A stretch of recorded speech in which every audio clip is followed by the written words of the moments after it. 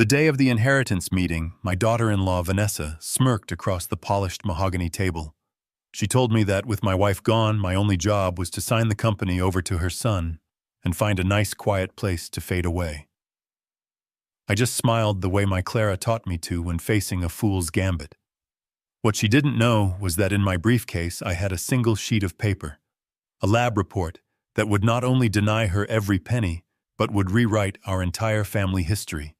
Before I tell you how that single piece of paper detonated a lifetime of lies, let me know where you're watching from in the comments. And please like and subscribe if you believe that truth, no matter how long it's been buried, always finds the light. The silence in our home in the days after we buried Clara was not an absence of sound. It was a physical presence. It filled the chairs where she used to sit, seeped into the floorboards, and hung in the air, like a fine dust coating every memory. For 70 years, I had lived a life full of noise. The roar of the saws in my first workshop, the laughter of a young son learning to ride a bike, the constant comforting hum of Clara's presence beside me. Now the quiet was deafening. The house, a sprawling colonial we had built together on a hill overlooking the city, felt less like a home and more like a museum of a life that had suddenly ended. I'd find myself walking into the kitchen expecting to smell coffee brewing, or into the garden expecting to see her tending her roses. Each time the emptiness hit me like a physical blow. It was during one of these quiet, aimless afternoons about a week after the funeral that Mark and Vanessa arrived. They didn't call first. The doorbell chimed through the silent house, a shrill, unwelcome sound. I opened the door to find them standing on the porch, their expressions a poorly rehearsed mix of sympathy and impatience. Mark, my son, couldn't quite meet my eyes. He mumbled something about checking in on me. Vanessa, however, looked right past me, her gaze sweeping across the foyer, as if she were assessing an asset. I led them into the living room, the one Clara had decorated with so much care. They sat on the pristine white sofa, looking utterly out of place. I offered them coffee, which they refused. There was an awkward pause, the kind of silence that waits to be filled by an agenda. Vanessa filled it. "James," she began, her voice dripping with artificial concern. "We've been so worried about you rattling around in this big house all by yourself." I didn't respond. I just sat in my armchair, the one opposite Clara's, and waited. And of course, she continued, "We've been thinking a lot about the future. About stability. For the family. For Leo." The mention of our grandson was a calculated move. She was framing her greed as grandmotherly concern. I looked at Mark. At 47, he still looked like a boy who had been dressed by his mother, uncomfortable in his expensive suit. He was the head of sales at Callahan Interiors, the company I had started from nothing, in a rented garage, but he had none of my fire. He had his mother's gentle nature, but without her inner strength. Now sitting next to his wife, he just looked weak. He shifted his weight, avoiding my gaze, tracing patterns on the carpet with his shoe. "The company needs a clear path forward," Vanessa pressed on. "Mark has been working so hard, and with everything that's happened, well, a sense of security would be good for him. For all of us." The implication was clear. My time was over. My grief was an inconvenience, a brief mandatory waiting period before the real business could begin. The business of transferring my life's work into their hands. I didn't say a word. My sorrow was a heavy cloak, and in that moment, I was too weary to shrug it off and fight. I simply nodded and let the silence answer for me. They took my silence as agreement, as the weakness of a grieving old man. When they left, Vanessa gave my arm a little pat, a gesture of condescending triumph. I closed the door behind them, and the crushing silence of the house rushed back in colder and heavier than before. A few more weeks passed. The sympathy cards stopped arriving. The neighbors stopped dropping off casseroles. The world, it seemed, was moving on, and I was expected to move on with it. The shock of loss had begun to recede, leaving behind a constant dull ache in my chest. It was on a Tuesday morning, as I was paying some bills in my study, that the phone rang. It was Vanessa. There was no warmth in her voice this time, no pretense of concern. It was brisk, all business. James, I need to talk to you about something. I leaned back in my leather chair, the one Clara had bought me for my 50th birthday, and listened. Mark and Leo are not handling this well, she said, her tone sharp. The stress has been immense. They're exhausted. We all are. We need to get away to process our grief properly. I could hear the faint sound of a television in the background on her end of the line. It didn't sound like a house in mourning. We found a wonderful trip, she continued. A month in Europe, Italy, France. It would be so healing for us, a chance to reset. I waited for the point, though I already knew what it was. The thing is, James, we're a little tight on cash right now. I was hoping you could authorize a transfer from the company. A bonus for Mark, perhaps, for all his hard work. Say $50,000, it would cover everything. $50,000 for a grief vacation. The sheer audacity of it was breathtaking. She wanted to use the money from the company that Clara and I had bled for, sacrificed for, to fund a luxury holiday, while the scent of my wife's funeral flowers had barely faded from our home. Something inside me, something that had been dormant and buried under a mountain of sorrow, began to stir. It was a cold, hard anger. For 40 years I had been the provider, the protector. Clara had been the heart, the diplomat. She always smoothed things over, always found the middle ground. But she was gone. There was no middle ground left. There was only this raw, shameless avarice. I thought of my employees, men and women who had been with me for decades, who depended on the company for their livelihoods. I thought of the promises I had made to them, and the promise I had made to myself to honor what Clara and I had built. No, I said. The word was quiet, but it landed in the silence between us with the force of a gavel. There was a pause on her end of the line. What did you say? She asked, her voice laced with disbelief. I said no, Vanessa, I repeated, and this time my voice was stronger, forged in the sudden fire of my anger. The company's funds are for the company's business, not for vacations. She sputtered for a moment, utterly blindsided. How dare you? After everything we've been through, this is about family. Mark is your son. Mark gets a generous salary, I said, my voice level. If he wants a vacation, he can pay for it himself. I could hear her breathing sharp and ragged with fury. You will regret this, James, she hissed, and the line went dead. I placed the phone back in its cradle, my hand perfectly steady. The fight had come sooner than I expected, but I was ready for it. I didn't have to wait long. That evening, just as the sun was setting, casting long shadows across the lawn, their car screeched into my driveway. They didn't bother with the doorbell this time. I heard the front door open and slam shut.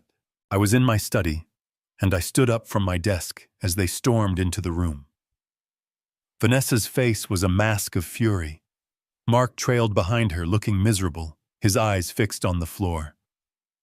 What was that on the phone today? Vanessa demanded, her voice shrill. Who do you think you are? I looked past her directly at my son. Mark, I said, my voice quiet. Is this what you want, to come into my home and have your wife yell at me? Mark flinched, but said nothing. He couldn't look at me. That was his answer. His silence was his allegiance. Vanessa stepped forward, planting her hands on my desk. She was shorter than me, but her rage made her seem larger. Don't you talk to him, you talk to me. For years we have sat back and waited for you to retire, to step aside and let the next generation take over. We have been patient. We have been respectful. Her words were so detached from reality, they were almost laughable. But I wasn't laughing. Clara was the only thing holding this family together. With her softness, she spat, her voice dripping with venom. She was always protecting you, making excuses for your stubbornness. She was the buffer. But now she's gone, James. The buffer is gone, and you need to face reality. That company, this house, everything, it belongs to Mark. It is his birthright. Your time is over. I let her words hang in the air, listening to them echo in the quiet room.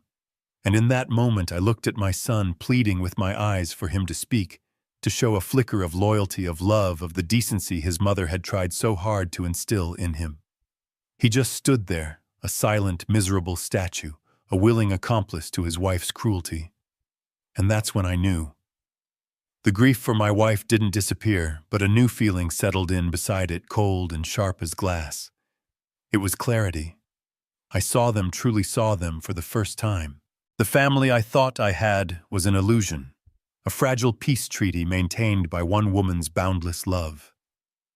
Now that she was gone, the war had begun, and they had just shown me without a shadow of a doubt that there would be no prisoners. I gave a slow, deliberate nod. A new cold resolve settled into my bones. "I understand," I said softly. "I understand completely." The confrontation with Mark and Vanessa left a scar. It wasn't the anger that lingered, but the profound sense of dislocation.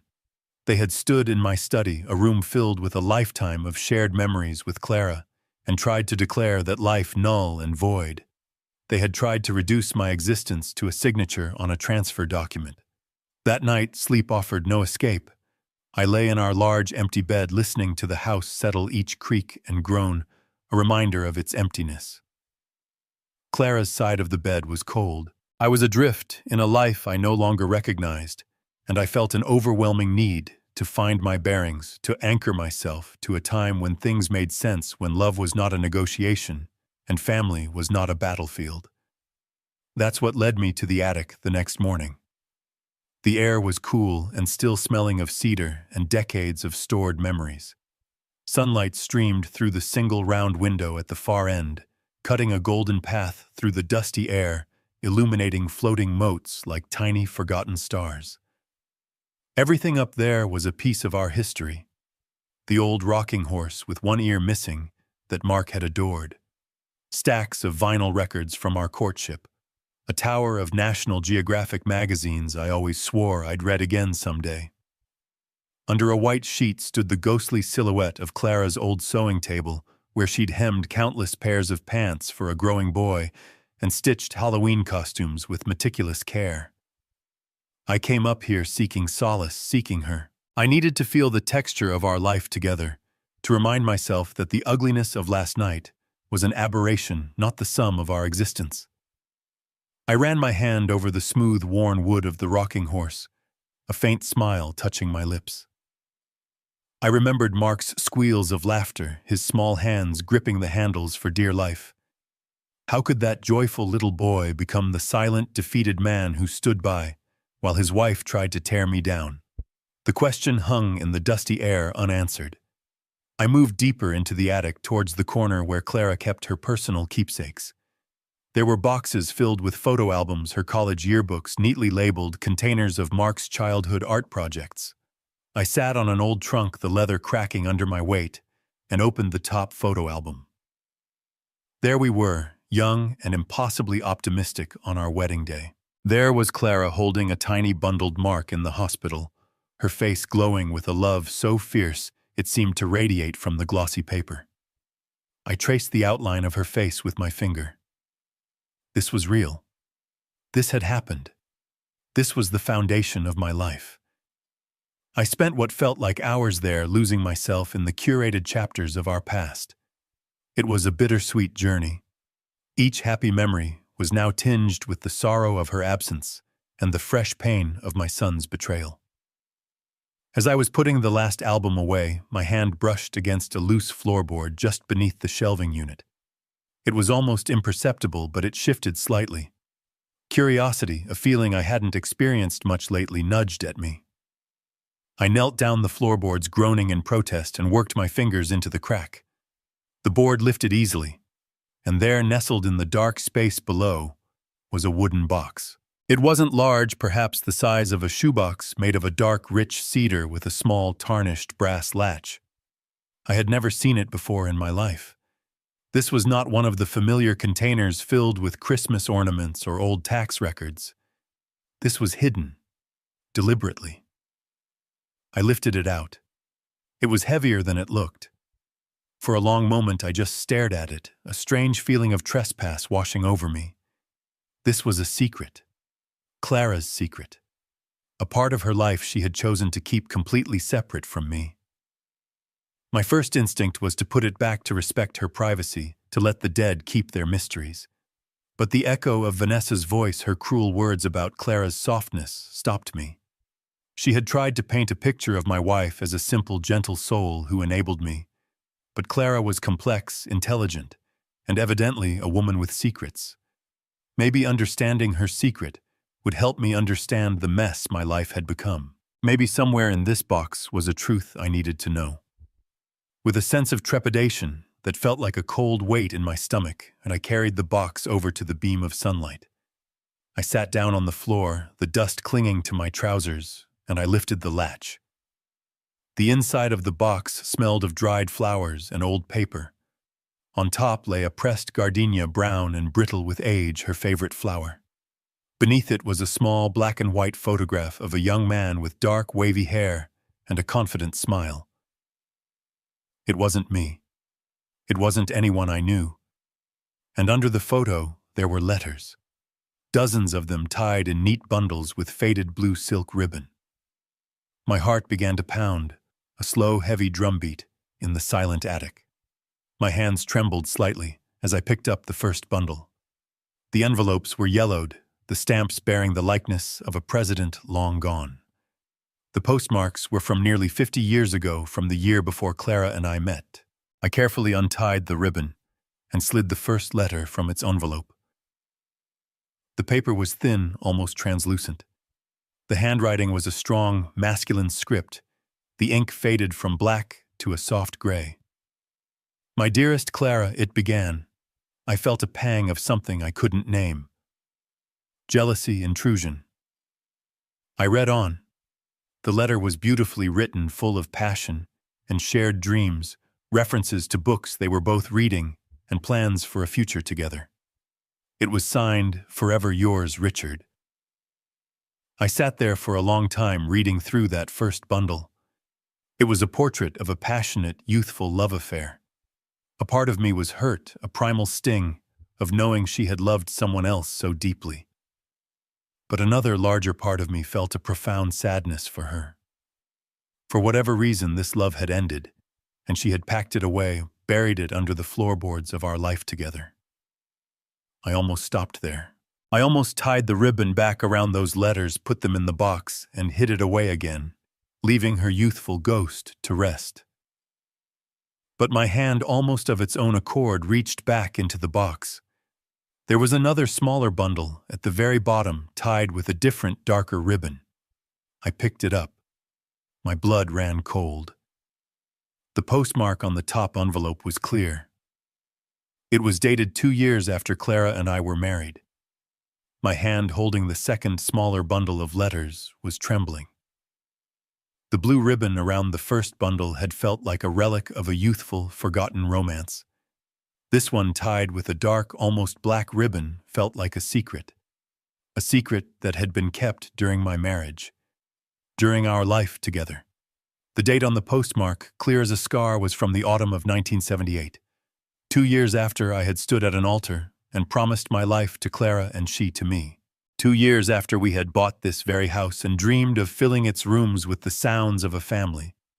With a sense of dread that was almost paralyzing, I slid the ribbon off. The paper felt different from the others, thinner, more fragile. The ink on the page seemed darker, as if written with more pressure, more urgency. I unfolded the first page. It was from Richard. Of course it was from Richard. My mind reeled. This wasn't a closed chapter. It was a story that had continued, written in the margins of my own. I began to read, and the dusty sunlit attic transformed into a courtroom where my entire life was put on trial. These letters were different from the first batch. The youthful passion was gone, replaced by a deep, aching melancholy. He wrote about his life in another city, a life that sounded successful on the surface, but was empty at its core. He wrote about seeing a photograph of Clara and me in a local newspaper once in the society pages after a charity event. You were smiling, he wrote. I hope it was real. For your sake, I truly hope it was. Each word was a carefully aimed dart piercing the bubble of my 47-year marriage. I found myself questioning every memory, every holiday photo, every shared laugh over dinner, every quiet moment we had spent together. Had she been thinking of him when she looked at me? Was she seeing him? The foundation of my world, which had already been fractured by her death, was now beginning to crumble. I read on my breath catching in my chest. He wrote about her pregnancy with Mark. He didn't write with the joy of an outsider, but with the painful longing of an insider who was forced to stand on the curb. I know we agreed it was for the best, one letter said. We agreed that a child deserves a complete home, a father who is present. But Clara, the thought of my child, our child, calling another man father, is a pain I cannot adequately describe. The words blurred. I had to read the sentence again. My child. Our child. A cold wave washed over me so intense it felt like I had been plunged into ice water. It couldn't be. It was a delusion. The ramblings of a heartbroken man who couldn't let go. It had to be. But the seed of a terrible doubt had been planted, and as it took root, it sent out tendrils that wrapped around every memory I had of my son. I dropped the letter and scrambled back through my own mind, frantically searching for proof for anything to refute this. Mark never looked much like me. It was a family joke. Strangers, friends, even my own parents used to say it. He's all Clara. He has his mother's eyes, his mother's smile. No one ever said he had his father's chin or his father's walk. I had always dismissed it. Children are their own people, I told myself. But now that simple observation felt like a damning piece of evidence. I remembered Clara's fierce, almost desperate protectiveness of him. I had seen it as a mother's boundless love, but now I saw it through a different lens. Was it love or was it guilt? Was she protecting him from the world? Or was she protecting her secret from me? A specific memory surfaced so vivid, it was as if it were happening right in front of me. Mark was about 16, struggling in school, showing no interest in the woodworking business I hoped he would one day inherit. I had been hard on him one evening, frustrated by his lack of ambition. Clara had found me in my study later that night, her eyes red from crying. He can't help who he is, James, she had pleaded. He's not you. You can't expect him to be. Just please love him for who he is. At the time, I thought she was talking about his personality, his interests. But now her words had a chilling new meaning. My hands shook as I reached for the last letter in the bundle. The envelope was thinner than the rest, containing only a single sheet. The paper felt different, heavier. The date was from the spring of 1979, just a few months after Mark was born. This was it. The final piece. The letter was a farewell. Richard wrote that he was moving to the West Coast, that he couldn't stay so close anymore. It was too painful. He wrote that he would never contact her again, that he was setting her free to live her life. And then I saw it. The final paragraph. The words that would act as the judge and jury for the rest of my life. I read them once, then twice, then a third time, the meaning crashing down on me with the force of a physical collapse. Know that I will go to my grave loving you, Clara. I will always love you and our little boy, even if he carries another man's name. Our little boy. Even if he carries another man's name. The sunlight streaming through the attic window seemed to dim. The air grew thick and heavy, impossible to breathe. The attic was no longer a sanctuary of memories. It was a tomb for the life I thought I had, for the woman I thought I knew, for the son I thought was mine. The quiet hum of the house was gone, replaced by a roar in my ears. 47 years. 47 years of a lie beautifully crafted, meticulously maintained. Every birthday party for Mark, every scraped knee I had bandaged, every proud moment at a school play, every dollar I had invested in his future, It all replayed in my mind, now tainted, recontextualized into a grand, tragic deception. The grief I felt for Clara was twisted into something unrecognizable. It was still there, a profound sadness for the woman I had lost. But now it was tangled with the sharp, bitter thorns of betrayal. Had she ever truly loved me, or was I just the convenient, stable man who could give her child a name and a future, the man who would never know? The anger I had felt towards Vanessa and Mark the night before seemed trivial now, like a child's tantrum compared to this earthquake. Theirs was a simple, ugly greed. This was a betrayal that redefined my entire existence. The fight was no longer about a company. It was no longer about money or a house. It was about the truth. I looked at the letter in my trembling hand. The words seemed to mock me from the page. I had to know. I had to be sure. I folded the single sheet of paper, tucked it into my pocket, and walked out of the attic, leaving the ghost of my marriage behind in the dust and the dark. I didn't know what the future held, but I knew one thing with absolute certainty. I knew my very next phone call. Walking out of the attic was like surfacing from a deep, dark body of water. I moved through my own home like a ghost, my feet silent on the plush carpets. The photos on the walls, once sources of comfort, now felt like accusations. Every smiling picture of Mark of our family was a monument to a lie. The cold resolve that had settled in my bones in the attic was not a feeling of anger. It was something heavier, something more final.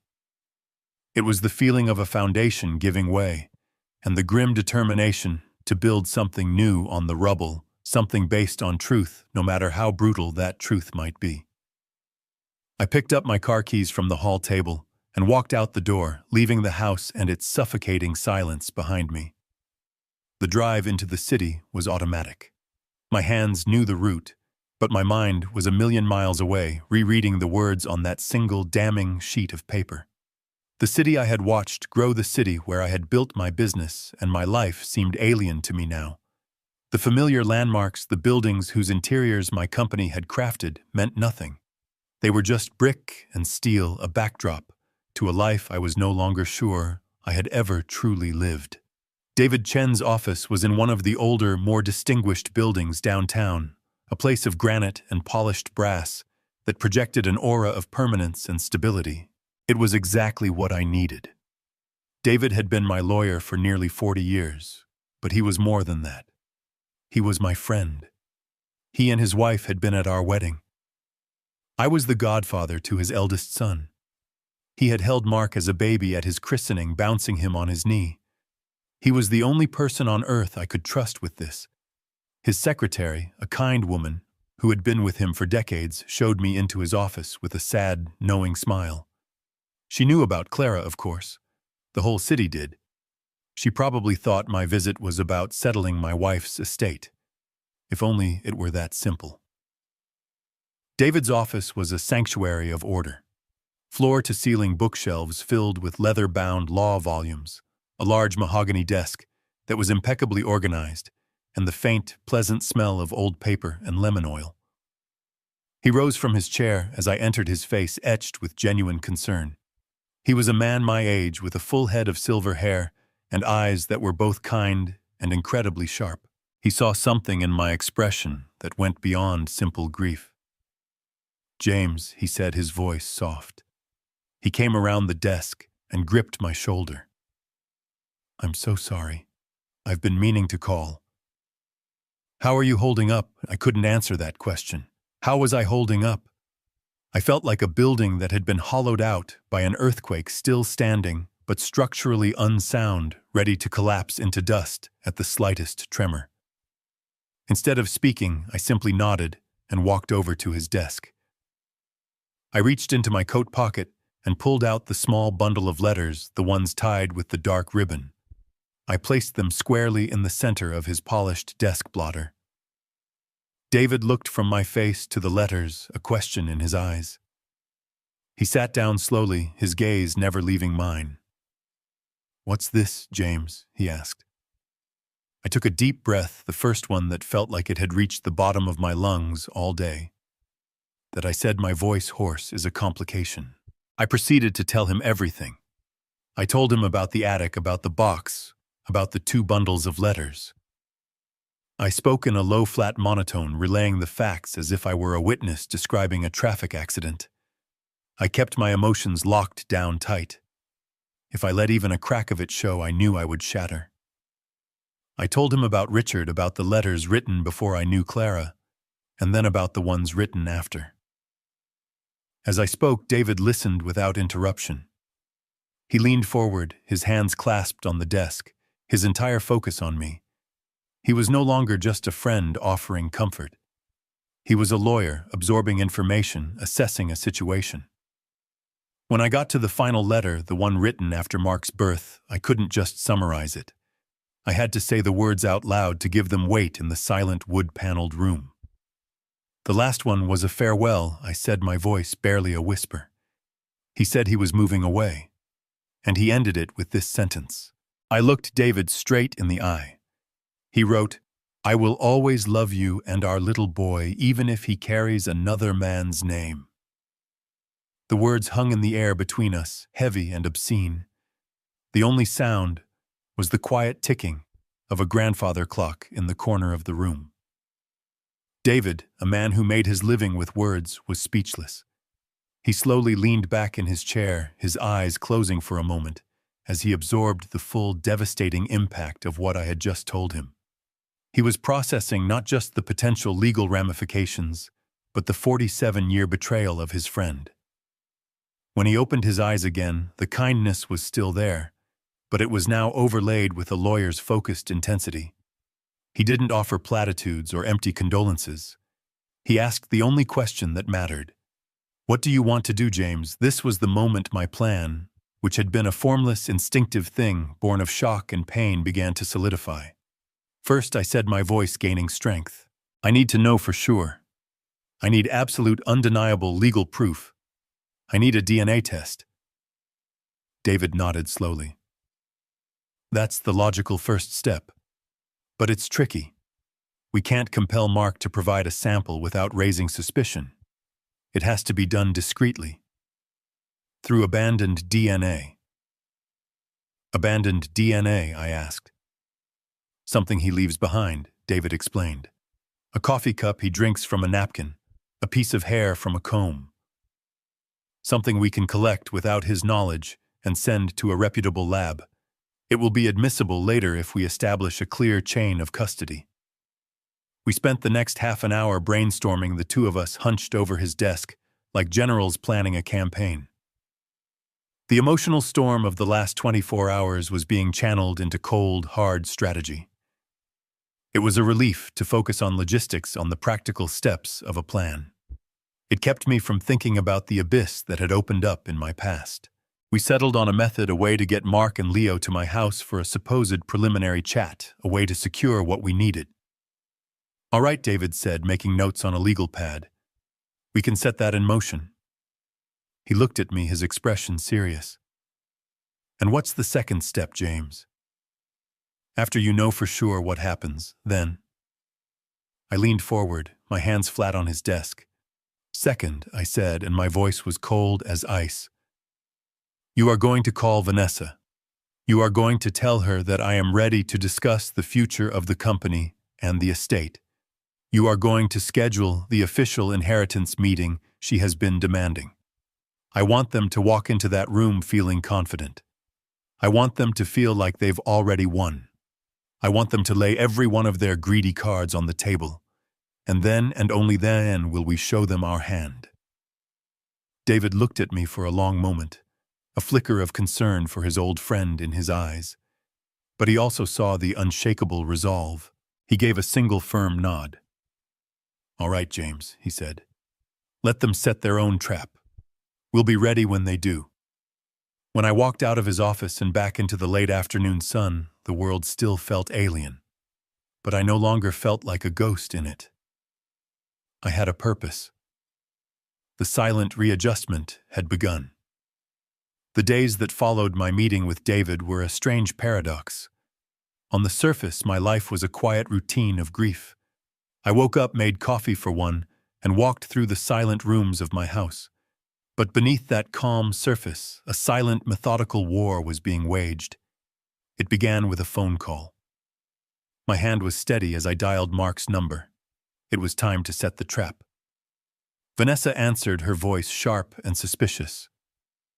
"What is it, James?" I pitched my own voice to sound weary, conciliatory. "Vanessa, hello?" I was hoping to speak with Mark. There was a muffled sound as she passed the phone, and then Mark's hesitant voice came on the line. "Dad, Mark." I began letting a sigh seep into my words. "I've been thinking about our last conversation. And you were right. Your mother always smoothed things over. I haven't been fair to you, to any of you." I let that hang in the air. On the other end, there was only silence, but I could almost hear the gears turning in his head, the suspicion warring with his desire for this to be true. "I was hoping," I continued, "that you and Leo might come over for dinner this Friday. Just the three of us. No lawyers, no pressure. I want to talk to clear the air before we have any formal meetings. I want to understand what you need." I could hear Vanessa whispering urgently in the background. She was buying it. She saw this as the first crack in the dam, the beginning of my surrender. Mark finally spoke, his voice filled with a tentative relief. "Yeah, Dad. That sounds good. We'll be there." I hung up the phone and stood for a long moment in the quiet kitchen. The first move had been made.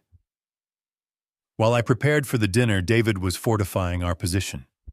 He worked with a quiet, relentless efficiency that I had always admired.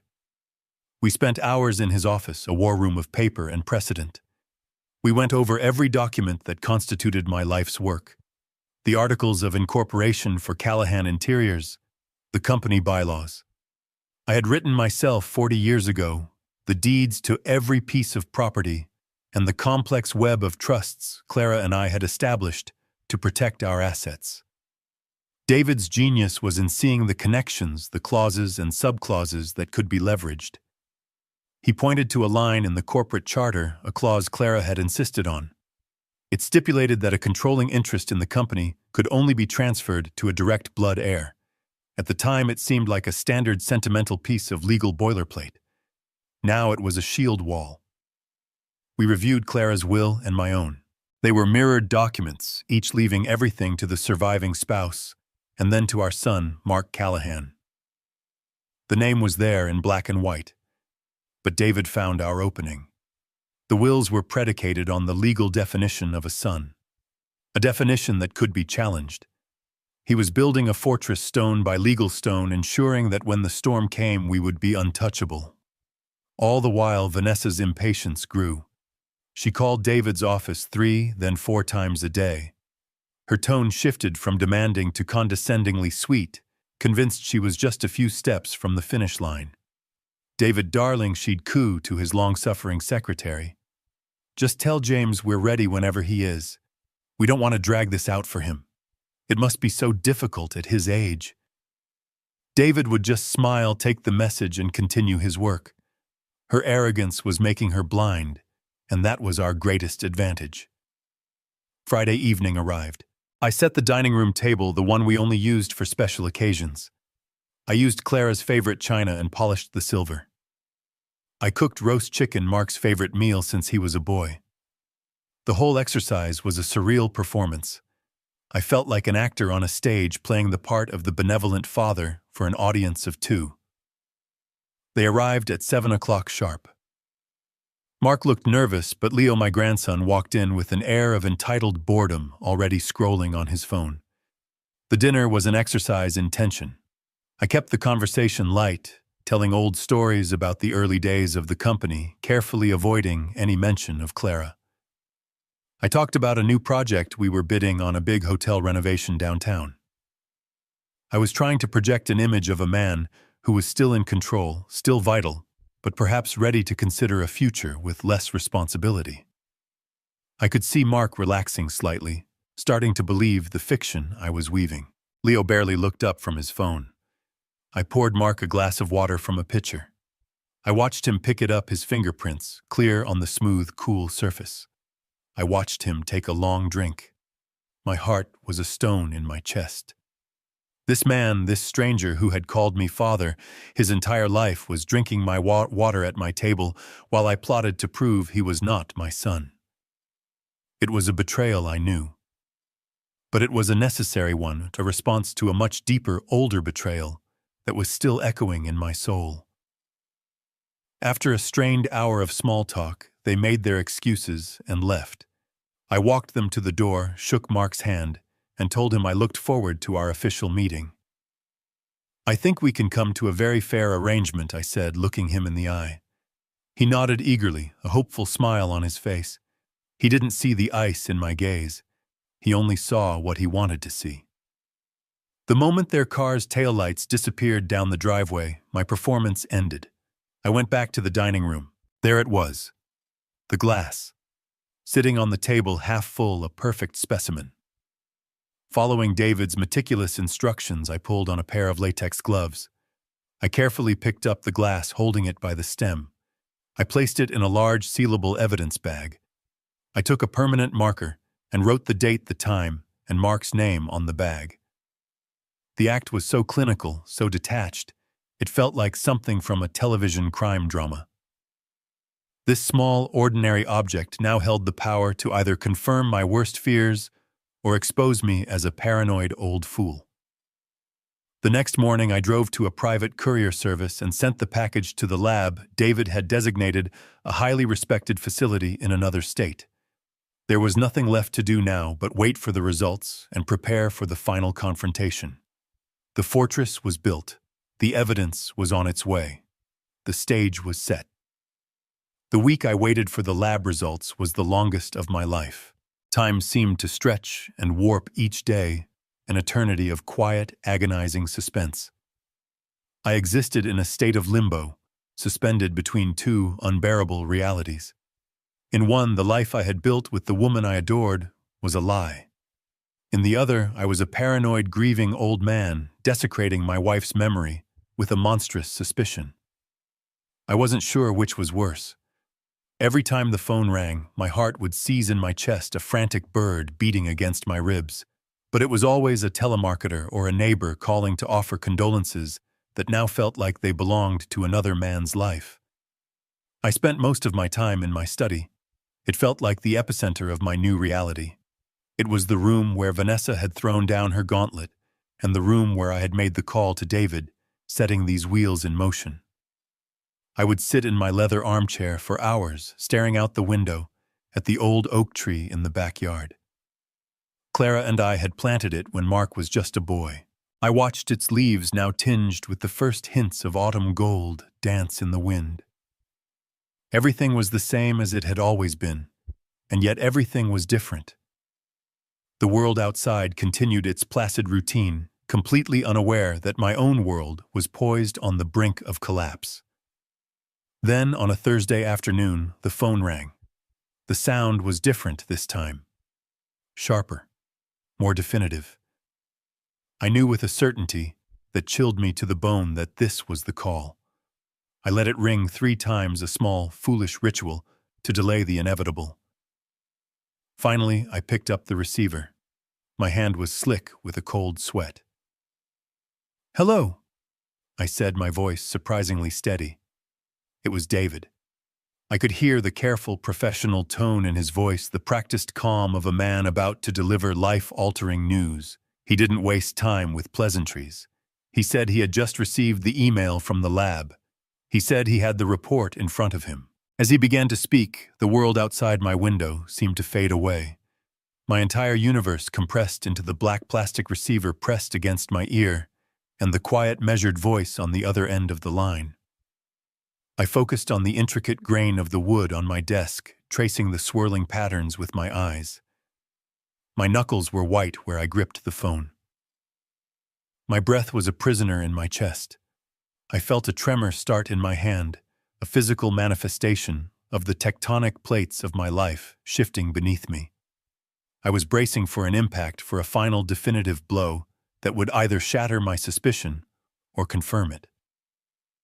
I didn't hear all of David's words.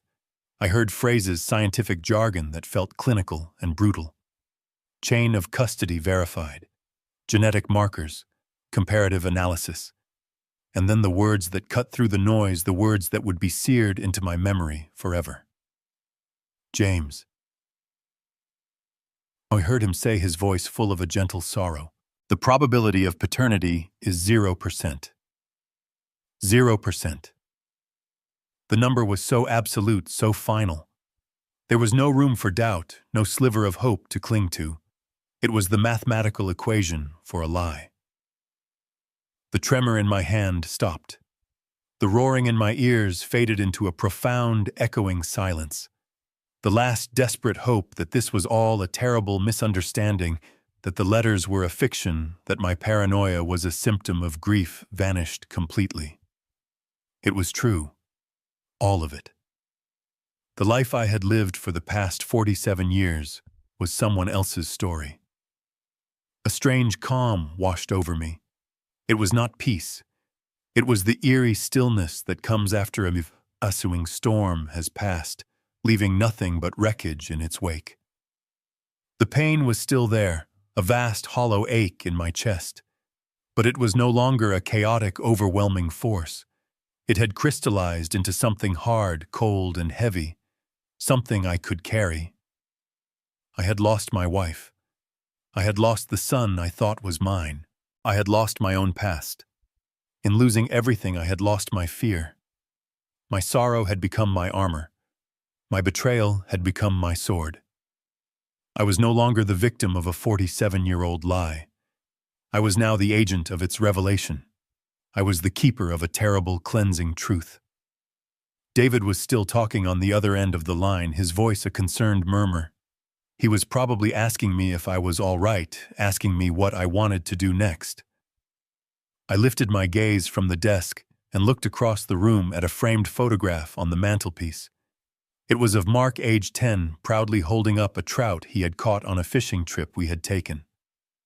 I felt a pang of genuine sorrow, not for myself, but for that little boy. The boy who never knew his real father and who had been raised in a gilded cage of deceit. But the feeling passed.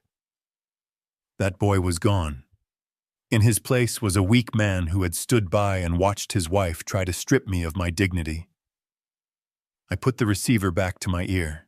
David had fallen silent, waiting for my response. I took a slow, steady breath. My voice when I spoke was not the voice of a grieving husband or a betrayed father. It was calm, clear, and devoid of all emotion.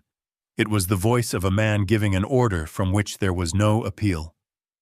Proceed with the meeting, David. The day of the meeting, I drove to the office, the headquarters of Callahan Interiors, the building I had bought and refurbished myself 30 years ago. I walked through the main workshop, a place that had always felt more like home than anywhere else. The familiar smell of freshly cut oak and varnish filled the air. A few of my older employees, men who had been with me since the beginning, gave me solemn, respectful nods. They knew about Clara. They knew this was a difficult time. They had no idea it was about to become a war. I felt a surge of protective anger. This place, these people, this was my legacy. It was not something to be handed over like a trinket in a will. The boardroom was on the top floor, a large sunlit space with a floor-to-ceiling window that offered a panoramic view of the city I loved. In the center of the room was the table. It was my masterpiece, crafted from a single massive slab of black walnut that I had sourced myself 20 years ago. It had taken my best men 6 months to finish and polish it to a mirror-like sheen. It was a table for builders, for creators, for people who understood the value of hard work. When they arrived, they entered not as family, but as a raiding party. Vanessa led the way, dressed in a sharp, ridiculously expensive power suit, her heels clicking decisively on the hardwood floor. She looked around the room with an appraiser's eye, a look of ownership already on her face. Mark followed her like a shadow, his shoulders slumped, his gaze fixed on the floor. And then came Leo, my grandson, who didn't even bother to take his headphones off. He slumped into one of the plush leather chairs at the far end of the table, and immediately became absorbed in his phone, a bored prince waiting for his coronation. I took my seat at the head of the table, my customary place, and waited. I didn't have to wait long. Vanessa placed a thick, leather-bound binder on the table with a theatrical thud. She was the one who began the meeting. James, she started, her voice a smooth, rehearsed purr. Thank you for agreeing to this.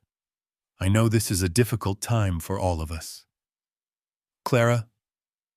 Well, Clara would have wanted a smooth, seamless transition, for the sake of the family and for the sake of the company.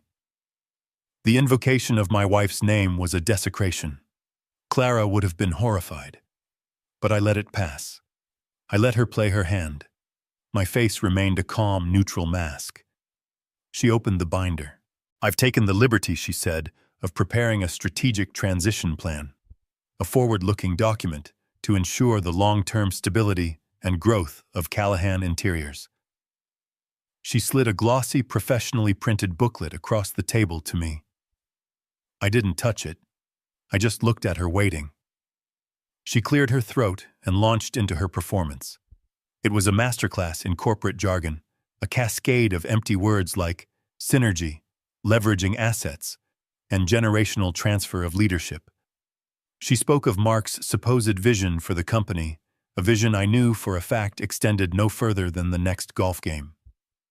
Then she got to the heart of the matter, the demands. First, she said, pointing to a graph in her binder, is the transfer of equity.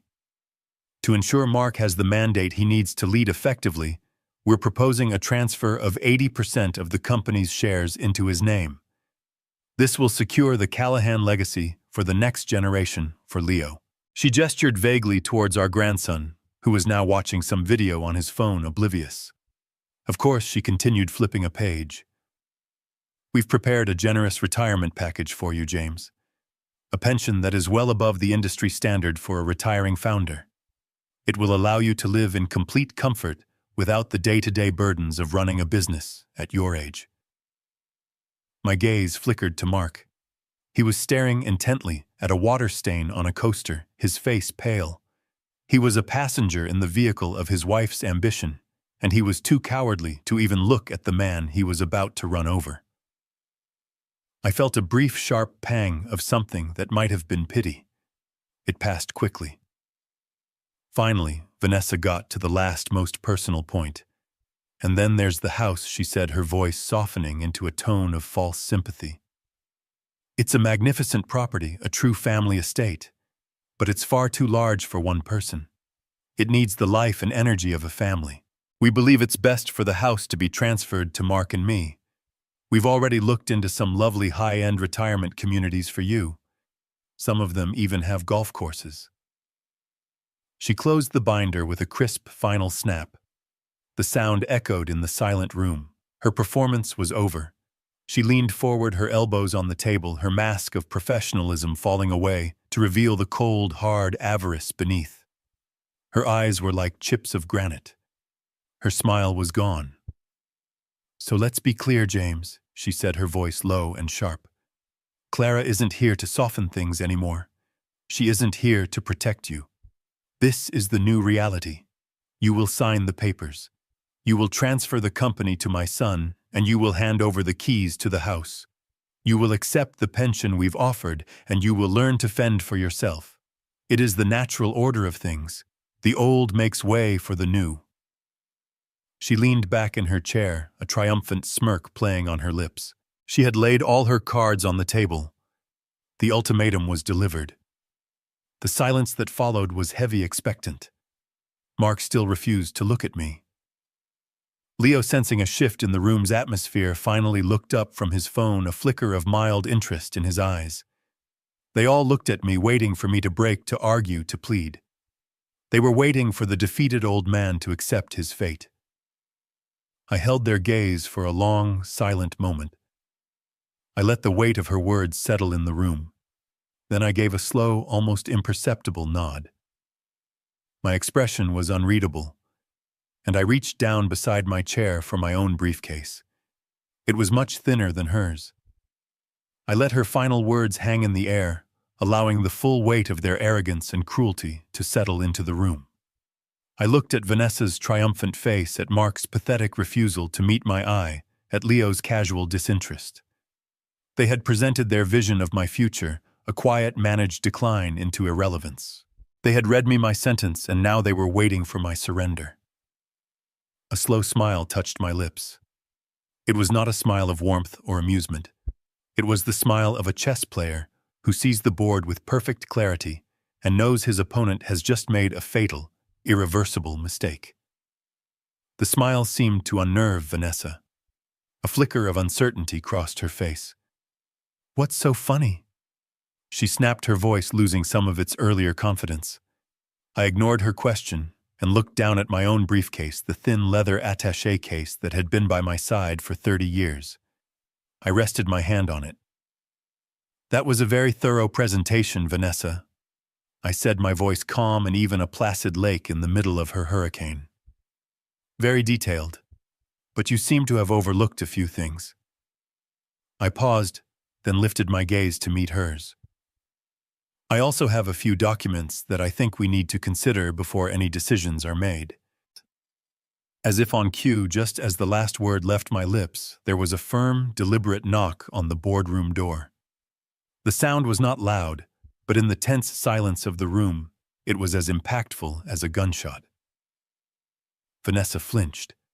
Mark jumped slightly in his seat. Even Leo looked up from his phone, his bored expression replaced by one of surprise. I was the only one who didn't react. I had been expecting it. "Come in," I said, my voice carrying easily across the room. The door opened, and David Chen walked in. He was the picture of quiet professionalism, dressed in a perfectly tailored gray suit, his silver hair neatly combed. His face was a calm, neutral mask, giving nothing away. But his presence immediately changed the gravity in the room. This was no longer just a hostile family discussion. This was a legal proceeding. He carried a handsome, well-worn leather briefcase, the kind that held important documents, the kind that held consequences. Vanessa's eyes locked onto David, then onto the briefcase. The triumphant smirk vanished completely, replaced by a look of sharp, sudden confusion. A wrinkle of suspicion appeared between her eyebrows. This was not part of her script. This was an unexpected character walking onto her stage, and she didn't know his lines. I saw the flash of recognition and then panic in Mark's eyes. He knew exactly who David was. He knew David was not just some lawyer. He was my lawyer, my friend, a man of unimpeachable integrity and formidable skill. Mark sank a little lower in his chair, as if trying to make himself a smaller target. David closed the door quietly behind him, the click of the latch echoing in the silent room. He walked to the table with a steady, unhurried pace. He nodded once, a gesture of deep respect to me. "James," he said, his voice calm and clear. He then pulled out the chair beside me and sat down. He placed his briefcase on the polished walnut table, not with a thud, but with a soft, deliberate weight. The sound was quiet, but it was the sound of a gauntlet being thrown. The balance of power in the room had just fundamentally and irreversibly shifted. David opened his briefcase, and the soft clicks of the latches were the only sounds in the room. He did not pull out a large stack of papers. He removed a single, slender file folder. He placed it on the table in front of him, but he did not open it. He folded his hands on top of it and turned his calm, steady gaze not to me, but to Vanessa. "Mrs. Callahan," he began, his voice impeccably polite, "I have reviewed the proposal you have prepared. It is comprehensive." Vanessa, thrown off balance but attempting to regain control, narrowed her eyes. "It's a standard generational transfer, David. Surely you've seen hundreds of them. Now, if you'll just advise James on the relevant signature lines, we can conclude this." David offered a faint, almost imperceptible smile. "A transfer of this magnitude is never standard," he said smoothly. "It's about more than just assets and equity. It's about legacy. It's about heritage. It's about the continuation of a bloodline. These were matters of great importance to both James and the late Mrs. Callahan when they drafted the foundational documents for their estate. At the mention of bloodline, a flicker of something unreadable crossed Vanessa's face. Impatience, confusion. "What are you talking about?" she demanded. David opened the folder. He slid out a single sheet of paper, a copy of the original corporate charter for Callahan Interiors. He turned it around and pushed it across the table. His finger pointed to a specific paragraph. "I'd like to draw your attention to Article 7, Section B," he said. "A clause that Mrs. Clara Callahan herself insisted upon, I believe. It specifies that a controlling interest in the company, in the event of the founder's retirement or death, must pass to a direct lineal descendant of the Callahan bloodline." He then produced a second document, thicker and bound in blue. "And this," he said, his voice remaining level, "is the Callahan Family Trust, which governs the disposition of all personal assets, including the family home." The language here on page 12, paragraph 4, is even more specific. It names the sole beneficiary after the passing of both founders as the lawfully begotten issue of James Callahan. Lawfully begotten issue. Blood heir. These are not sentimental terms, Mrs. Callahan. They are legally binding directives. Vanessa stared at the documents, a look of dawning horror on her face. She was finally beginning to understand that this was not a negotiation. This was an execution. "This is ridiculous," she stammered, her voice rising. "Mark is his son, it's the same thing." David's gaze was unwavering. "In the eyes of the law, and in the precise language of these documents, it is the only thing that matters," he said. And due to the absolute importance of this clause, a final piece of due diligence was required before any transfer could be considered. From the folder, David produced one final item. It was a long white sealed envelope from a certified laboratory. It looked sterile, official, and utterly terrifying. He held it up for them all to see. "As an executor of the estate, and to ensure we are in full compliance with the explicit terms of the trust, I was legally obligated to confirm the beneficiary's standing," David said. He slit the envelope open with a small letter opener, the sound of the paper tearing a sharp rip in the fabric of the silence. He pulled out a single sheet of paper covered in technical data and legal certifications. He scanned it for a moment, his face impassive. Then he looked up, his gaze moving from Vanessa to Mark, who now looked like he was about to be physically ill. David cleared his throat. "This is the certified report from a genetic comparison analysis," he stated. "The results are conclusive." He paused, letting the weight of the moment settle on them, a crushing, unbearable pressure. And then he delivered the final, fatal blow. "The analysis confirms with a certainty of 99.999% that Mark Callahan shares no genetic markers with James Callahan. The probability of paternity," he said, his voice flat and devoid of emotion, "is 0%. The world stopped. For a full 5 seconds, the only sound was the faint hum of the air conditioning. Then chaos erupted. Vanessa shot to her feet, her chair scraping violently against the floor. "Lies!" she shrieked, her face contorted into a mask of pure rage. "This is a trick. You forged it. He's a bitter old man trying to cheat his own son."